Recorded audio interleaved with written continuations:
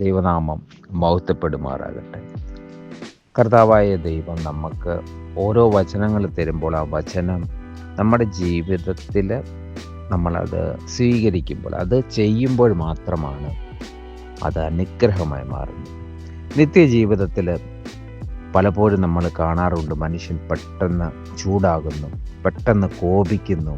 അതുപോലെ തന്നെ ചില കാര്യങ്ങൾ കേൾക്കുമ്പോൾ നമുക്ക് തന്നെ നമ്മൾ ചെയ്യാത്ത ചില കാര്യങ്ങളെപ്പറ്റി കേൾക്കുമ്പോൾ വളരെ പ്രയാസമുണ്ടായി നമ്മൾ ചെയ്യേണ്ട കർത്തവ്യങ്ങൾ പോലും നമുക്ക് ചെയ്യാൻ സാധിക്കാതെ വരുന്നു.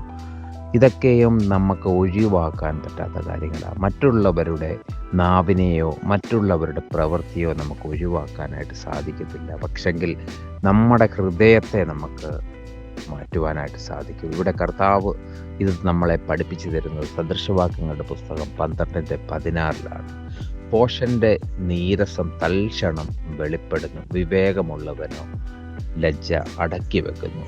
അതായത് ഇതിൻ്റെ ഇംഗ്ലീഷ് വേർഷനാണ്, a fool is quick tempered but a wise person stays calm when insulted. ആരെങ്കിലും നമ്മളെ നിന്ദിക്കുമ്പോഴും നമ്മളെ ഇൻസൾട്ട് ചെയ്യുമ്പോഴും ഉടനടി അതിന് പ്രതികരിച്ചാണ് വിഡ്ഢികളായ മനുഷ്യർ വഴക്കുണ്ടാക്കുന്നത്. ഇവിടെ കർത്താവിൻ്റെ ആത്മാവ് പറയുന്നു, ഒരു പരിജ്ഞാനിയായ മനുഷ്യൻ, അതായത് വിജയിക്കേണ്ട ഒരു മനുഷ്യൻ അവിടെ ശാന്തത, അവിടെ സംയമനം പാലിക്കുന്നു.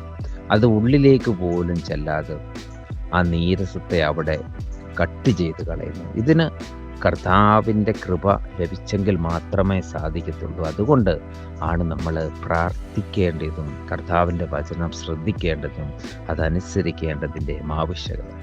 കർത്താവായ യേശു ക്രിസ്തു ഈ വചനം നമുക്ക് പ്രാവർത്തികമാക്കുവാൻ നമ്മളെ അനുഗ്രഹിക്കട്ടെ. ആമേൻ.